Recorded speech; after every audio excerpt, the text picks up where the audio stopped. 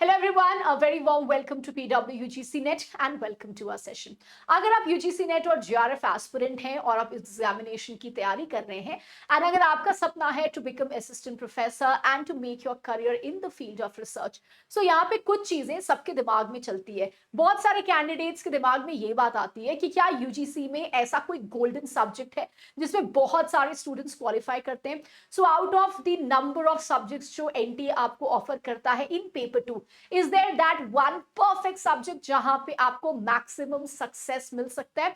ये सारी चीजें स्टूडेंट्स के दिमाग में चलती हैं जब भी आप UGC नेट की प्रिपरेशन करते हैं और ये सारे मिथ एंड बस्टर्स को आज हम अपने सेशन में देखेंगे so that before the examination results come out here are certain clarity जो आपको इस पूरे एग्जामिनेशन के प्रोसेस में पता होनी चाहिए.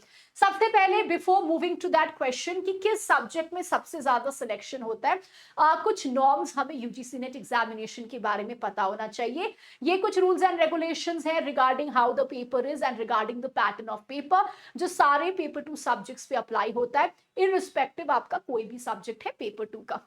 So as you all know, UGC NET examination का pattern, we have paper 1. This is a general subject जहाँ पे आपसे teaching aptitude, research aptitude, communication, maths, higher education, ये सारे basic topics पे आपको question आती है. This is common for everyone, irrespective आपका paper 2 subject जो भी है. So यहाँ पे हमारे पास आते हैं specially 50 questions, which is of 100 marks, 2 marks each. अब आता है आपका paper 2 and ये paper 2 होता है 100 questions का, which is of 200 marks, 2 marks each. And this paper 2 is subject specific जो आप कोई भी subject ले सकते हो. Now coming to specifically the medium of question paper, आप सबको पता है UGC NET examination में you can choose your medium of language, Hindi और English, और ये सारी चीजें बहुत ही carefully आपको application process में भरनी होती है. Now coming to marking scheme कि क्या ऐसा कोई golden marking scheme है. As you all know, सारे हमारे questions 2 marks के होते हैं. फिलहाल examination में there is no negative marking and for every question you have marked you are going to get marks for it अगर वो सही होता है. In case कोई question drop होता है या कोई questions के जो specially keys हैं वो change होते हैं, कोई questions के answers change होते हैं, तो इस तरीके से revised answer की आती है जिसके हिसाब से आपके marks mostly increase करते हैं depending on अगर आपने वो questions किया है या नहीं. So these are some basics about the pattern of the examination, the medium of question paper and the marking scheme. अब चलते हैं सबसे important चीज में जो हमें ये बताएगा कि क्या यहाँ पे ऐसी कोई गोल्डन सब्जेक्ट है जिसमें हमें मैक्सिमम मार्क्स आ सकता है. So if you specifically see the procedure and criteria जिससे UGC नेट का रिजल्ट डिक्लेयर होता है, तो सबसे पहले नंबर ऑफ कैंडिडेट्स जो एलिजिबिलिटी है to become assistant professor. Remember this is same for all the papers. तो ऐसा नहीं है कि कोई पेपर में कोई दूसरा कैटेगरी ऑफ एलिजिबिलिटी डिसाइड किया जाएगा. ये जो स्टेप्स है it is same for all the papers और इसी हिसाब से रिजल्ट डिक्लेयर होता है.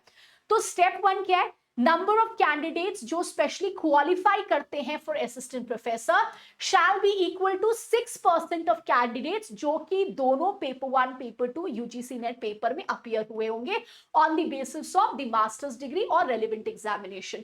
तो जनरली फॉर एग्जांपल क्या होता है, देखो अब आपकी मिनिमम क्वालिफाइंग मार्क्स है. What is the minimum qualifying marks? In order to be considered candidate को स्पेशली 40% मार्क्स जो है aggregate in paper and paper 1 and paper 2 लेके आना है फॉर जनरल कैटेगरी. उसके अलावा अगर आप EWS कैटेगरी हैं, ठीक है, सो वहां पे एटलीस्ट आपको 35% मार्क्स एग्रीगेट लेके आना है in both the papers and this is same for candidates belonging to SC, ST, OBC, PWD and third gender. ठीक है, तो इस तरीके से ये हमारा बेसिक मार्किंग पैटर्न है. तो अगर आप ध्यान से देखोगे यहाँ पे तो मान लो अगर एग्जामिनेशन में आपके सब्जेक्ट में जो भी पेपर 2 सब्जेक्ट आपने लिया है उसमें अगर 100 स्टूडेंट्स स्पेसिफिकली अपीयर होते हैं तो सबसे पहले इस 100 स्टूडेंट्स में फॉर एग्जांपल मान लो 100 स्टूडेंट्स एग्जामिनेशन देने गए हैं. इस 100 स्टूडेंट्स में पहले ये देखा जाएगा कि कितने लोगों ने मिनिमम मार्क्स क्वालिफाई किया. What is the minimum criteria? तो जैसे अगर आप जनरल कैंडिडेट हो तो 40% एग्रीगेट मार्क्स आपको लानी है taken together in paper 1 and paper 2. Same way अगर आप रिजर्व कैटेगरी हो तो ये 35 हो जाएगा. तो पहले तो ये 100 बच्चों में उन लोगों को देखा जाएगा जिन्होंने मिनिमम मार्क्स जो है ये क्वालिफाई किया है.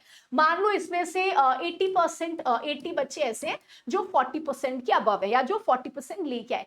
अब उनमें से सिलेक्शन का प्रोसीजर अप्लाई होगा। तो अब इस 80% में स्पेसिफिकली 6% ऑफ कैंडिडेट्स जो हैं ये स्पेसिफिकली क्वालिफाई होंगे जिन्होंने दोनों पेपर्स दिया है और जिनको बेसिक मिनिमम स्कोर ऑफ 40% है। अब इन कैंडिडेट्स में 6% जो टॉप करते हैं उनको जीआरएफ जो है ये मिलता है। तो आइडियली इसी तरीके से स्पेसिफिकली आपका रिजल्ट जो है डिक्लेयर होता है for all the paper 2 subjects, ठीक है। उसके अलावा फॉर एग्जांपल तो फाइनली जब ये डेरिवेशन में हम आते कैसे हैं, तो अगर आप यूजीसी नेट का नोटिफिकेशन देखोगे तो एनटी ने आपको एक एग्जांपल दिया है। जैसे मान लो आपको डिसाइड करना है कितने लोग क्वालिफाई करते हैं असिस्टेंट प्रोफेसर के पोस्ट पे फॉर इकोनॉमिक सब्जेक्ट जो एसटी कैटेगरी के, तो जो तरीका ये अप्लाई करते हैं यही सेम तरीका जनरल कैंडिडेट्स और बाकी कैटेगरीज के लिए अप्लाई होता है। Number of candidates belonging to SC category जिन्होंने मिनिमम क्वालिफाइंग मार्क्स स्कोर किया है विच इज 35, अगर आप जनरल हो तो ये 40 हो जाएगा, ठीक है।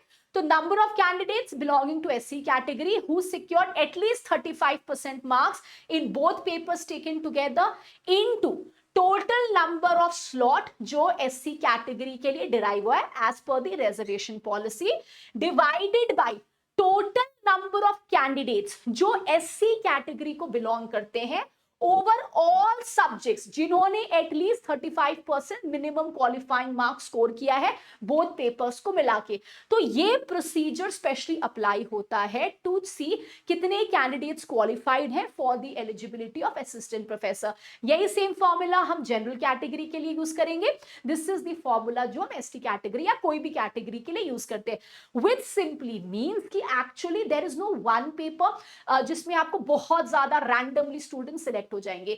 ये सारा क्राइटेरिया आपको ये बताता है कि जो नंबर ऑफ पीपल क्वालिफाई करते हैं इट टोटली डिपेंड्स ऑन कितने नंबर ऑफ स्टूडेंट्स उस पर्टिकुलर सब्जेक्ट में अप्लाई करते हैं, कितने मिनिमम बेसिक क्वालिफाइंग मार्क्स को क्लियर करते हैं, उस हिसाब से स्पेसिफिकली हमारा जो नंबर ऑफ कैंडिडेट्स क्वालिफाई होता है ये निकलता है। तो अगर किसी सब्जेक्ट में बहुत ज्यादा लोगों ने अप्लाई किया है तो obviously number of qualified people वहां पे ज्यादा आएगा। वहीं पे अगर कोई ऐसा सब्जेक्ट है जहां पे नंबर ऑफ पीपल जिन्होंने एग्जामिनेशन दिया है वो कम है तो ऑटोमेटिकली यू विल सी थोड़ा सा there will be a difference and number of people जो क्वालिफाई करेंगे for assistant professor and JRF उनका नंबर कम रहेगा। तो इस तरीके से हम डिराइव करते हैं कितने number of candidates assistant professor के लिए एलिजिबल होते हैं और यही जो पूरा का पूरा कैलकुलेशन है ये हम सारे पेपर्स में अप्लाई करते हैं, ठीक है। अब ऑल्सो कुछ एग्जामिनेशन 2 शिफ्ट में होते हैं, तो जो एग्जामिनेशन 2 शिफ्ट में होते हैं उसमें नॉर्मलाइजेशन का प्रोसीजर लगता है। फॉर एग्जाम्पल आपको पता है जो एग्जामिनेशन 1 शिफ्ट में होती है वहां पे परसेंटेज मार्क्स। अब percentage marks is very simple. Percentage marks क्या होता है, जितना भी आपने स्कोर किया है पेपर 1 प्लस पेपर 2 में डिवाइडेड बाय स्पेशली हमारा 300 हो गया इंटू 100, तो इसमें आपको आपका स्कोर पता चल जाता है। This is the percentage system for those examination जो 1 शिफ्ट में हुए हैं जहां पे आपको स्कोर पता चल जाता है। बट वहीं पे we have a percentile system. ये परसेंटाइल सिस्टम उन सब्जेक्ट्स के लिए जो मल्टीपल शिफ्ट में होते हैं। यहां पे जो भी आपका रॉ मार्क्स और रॉ स्कोर होता है डिफरेंट शिफ्ट्स एंड सेशंस में, इसको एनटीए परसेंटाइल स्कोर में कन्वर्ट करता है, जहां पे एक्चुअली किस कैंडिडेट का ओरिजिनल कितना स्कोर है वो आइडेंटिफाई करना थोड़ा मुश्किल हो जाता है, ठीक है। अब ये नॉर्मलाइजेशन होता कैसे है, तो यहां पे भी आप देखोगे जनरली यहां पे भी एक प्रोसीजर है जो सारे एग्जाम जो मल्टी शिफ्ट में हुए हैं उनके लिए अप्लाई होता है। जैसे फॉर एग्जांपल देखो, अगर कोई एग्जामिनेशन 2 शिफ्ट में हुआ है, ठीक है, और मान लो उस पर्टिकुलर एग्जामिनेशन का जो मिनिमम क्वालिफाइंग मार्क्स है विच इज से 40% स्कोर, ये 40% मान लो 78 परसेंटाइल बनता है, ठीक है। सो इन एन एग्जामिनेशन दो कि जो शिफ्ट में हुआ है, अगर उस पर्टिकुलर एग्जामिनेशन का 40% को जब हम परसेंटाइल में कन्वर्ट करते हैं तो मान लो वो 78 परसेंटाइल होता है, ठीक है। और फॉर एग्जाम्पल मान लो शिफ्ट 2 में मान लो वही 79 हो जाता है, तो उस हिसाब से हम क्या करते हैं, हर वो कैंडिडेट जिसका मार्क्स इज इक्वल टू 78% और specifically above 78 percentile in both the shifts, ये एलिजिबल होते हैं फॉर जनरल कैटेगरी। एंड फिर इस हिसाब से कट ऑफ जो है ये निकाला जाता है और ये सिमिलर कैटेगरी तरीका यूज किया जाएगा हर पेपर 2 सब्जेक्ट्स के लिए, ठीक है। And this is the principal which applies. तो जब आप स्पेशली देखो, अगर आप फॉर एग्जाम्पल देख रहे हो कि किस पेपर में कितने बच्चे क्वालिफाई कर रहे हैं, तो ये सारे इंडिकेटर्स को ध्यान में रखा जाता है, ठीक है। अब देखो, this is specially UGC NET June 2023 का हमारा नोटिफिकेशन आया था, जहां पे कितने नंबर ऑफ कैंडिडेट्स ने एग्जामिनेशन दिया है ये एनटीए ने निकाला था। तो अप्रोक्सीमेटली देखो, जो एग्जामिनेशन हमारा कंप्यूटर बेस्ड मोड में हुआ था, नंबर ऑफ स्टूडेंट्स जिन्होंने रजिस्टर किया था it is 6,39,069 and number of students जो अपीयर हुए थे इट इज 4,62,144। तो अप्रोक्सीमेटली देखो, अप्रोक्सीमेटली 6 लाख से ज्यादा बच्चों ने रजिस्टर किया था, बट 4,60,000 के अक्रॉस बच्चे हैं जो एग्जामिनेशन में अपीयर होते हैं। उसमें से 2,80,363 हमारे मेल हैं, 3,58,677 हमारे फीमेल है, third gender 29। And again specifically हम जब बात करते हैं कितने लोगों ने अपीयर किया है, तो total male is 1,97,389 and number of female जिन्होंने अपीयर किया है it is 2,64,735 and third gender is 20। ठीक है, तो इस तरीके से स्पेसिफिकली हमारे पास ये सारे डेटा है। अब अगर कैटेगरी वाइज ब्रेकअप देखेंगे तो ये भी हमें मिला है। कैटेगरी वाइज ब्रेकअप अगर हम देखेंगे तो फीमेल जो है जनरल में जिन्होंने अपीयर किया था it is 77,332। Same way if we go general EWS 24,337 and further, तो अप्रोक्सीमेटली ये हो गया हमारा 2,64,000। अब जो मेल है अप्रोक्सीमेटली जनरल में we had 33,279 at same way for OBC we have 78,099, SC 45,875। फिर थर्ड जेंडर, तो इस तरीके से एनटीए ने हमारे को कैटेगरी वाइज कट ऑफ जो है ये बता रखा है। नाउ कमिंग टू कि पेपर में कितने लोगों ने अपीयर किया था एंड कितने लोगों को क्या मिला है। ठीक है, तो क्या ऐसा कोई आइडल सब्जेक्ट है जिसमें बहुत ज्यादा सिलेक्शन होते हैं? लेट अस सी। तो इस एग्जामिनेशन में जब हम डेटा देखते हैं अप्रोक्सीमेट 6,39,069 स्टूडेंट्स ने रजिस्टर किया था, अपीयर हुए थे 4,64,144। कैंडिडेट्स जो कि क्वालिफाई हुए हैं for assistant professor only they are 32,304 and candidates जो जीआरएफ और असिस्टेंट प्रोफेसर के लिए क्वालिफाई हुए हैं दोनों के लिए इट इज 4,937 इन टोटल। अब ये जो नंबर है ये नंबर का किस तरीके से कैलकुलेशन होता है, तो आप ये देखो, अब आप नोटिस करो जिस सब्जेक्ट में ज्यादा बच्चे एग्जामिनेशन के लिए अपीयर कर रहे हैं वहां पे नंबर ऑफ पीपल जो असिस्टेंट प्रोफेसर और जीआरएफ के लिए क्वालिफाई कर रहे हैं ये ज्यादा होगा। This is simply on the basis of the common calculation जो सारे सब्जेक्ट्स के लिए किया जाता है। सी जैसे economics, so total appeared is approximately 22,123, assistant professor हुए अप्रोक्सीमेटली 1449 एंड जीआरएफ हुए 230। सेम वे आप पॉलिटिकल साइंस देखो 34,897, assistant professor only is 2,294 and GRF हो गया 347।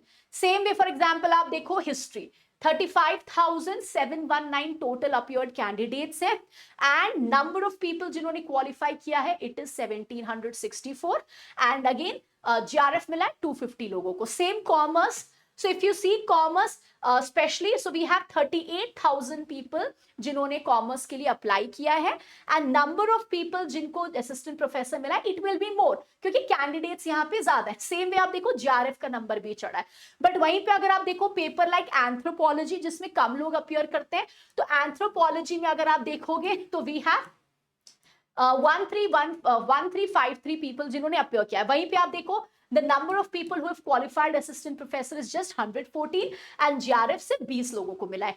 and same way अगर आप देखो for example defense and strategic studies तो number of people जो appear हुए it is 856, assistant professor सिर्फ 92 लोगों को मिला है, GRF 12 लोगों को मिला है। बट यहीं पे देखो स्पेसिफिकली हमारा जब नंबर इंक्रीज करता है, जैसे आप देखो हिंदी, तो हिंदी में अगर 34,000 बच्चे बैठ रहे हैं तो 2,765 जीआरएफ असिस्टेंट प्रोफेसर बन रहे हैं एंड 420 लोगों को जीआरएफ मिला है।